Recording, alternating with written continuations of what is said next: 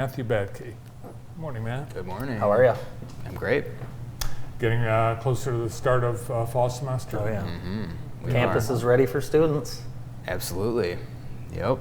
A couple more weeks here. Yeah, campus looks great, and this is the time you should be checking out all the options. Well, you've been so helpful to our audience over the course of the pandemic, and now we're hearing from health authorities that there could be a late summer resurgence of COVID. What should we be worried about? I think that there's a couple things to keep in mind here. One is that levels have been really low for a long time, and so any sort of bump up is going to be noticeable from where we've been at. So we're not talking anywhere close to the numbers that we have in the past, but the levels have gone up. Hospitalizations have risen for the last 2 weeks in a row. And so there does seem to be a little bit of a bump up in cases here. Again, not unusual. We see this with other respiratory viruses as well, that occasionally we do see increases in transmission for a short period of time. Again, same things I've been saying for the last 2 years when I've been on here. Think about if you haven't had a booster or been updated with your vaccinations lately, you might want to think about that.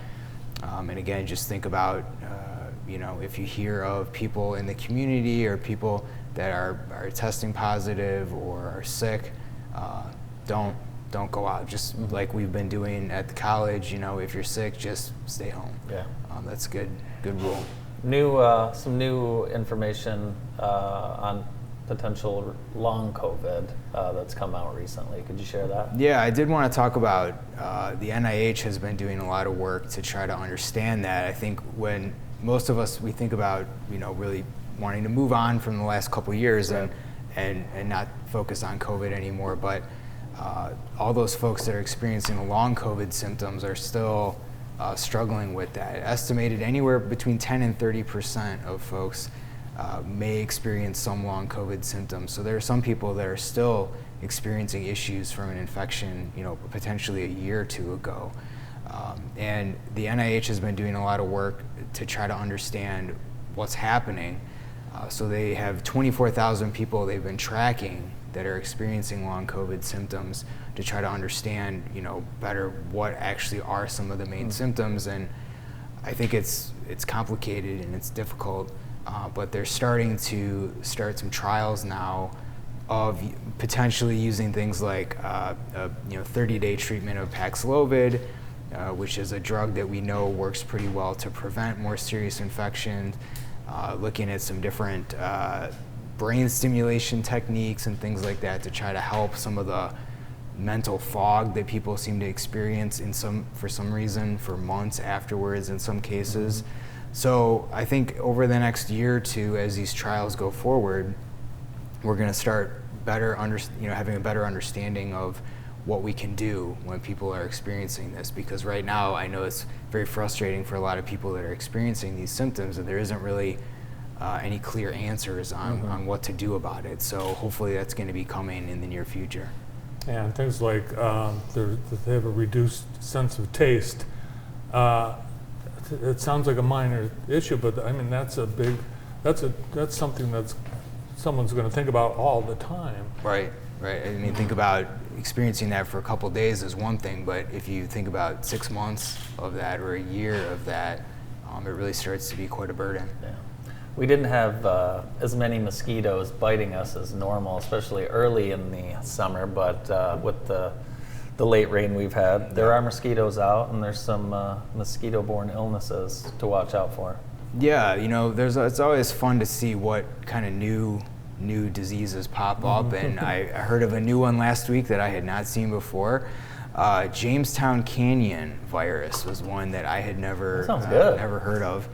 I had to look it up. That sounds good. No, I don't think you do, but originally from Jamestown Canyon, Colorado is where it was first discovered in the 1960s, but a mosquito-borne illness.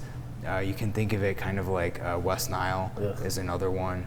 that we have around. And so 2 folks in Michigan were recently tested positive for this Jamestown Canyon. That's crazy. The first in the country this year that have tested positive. There's typically anywhere between 10 to 20 cases nationally a year. So again, not a huge thing, but I think we they do were have. both bit by the mosquito, or Correct. It cannot be transmitted Okay. from person to person, just like West Nile.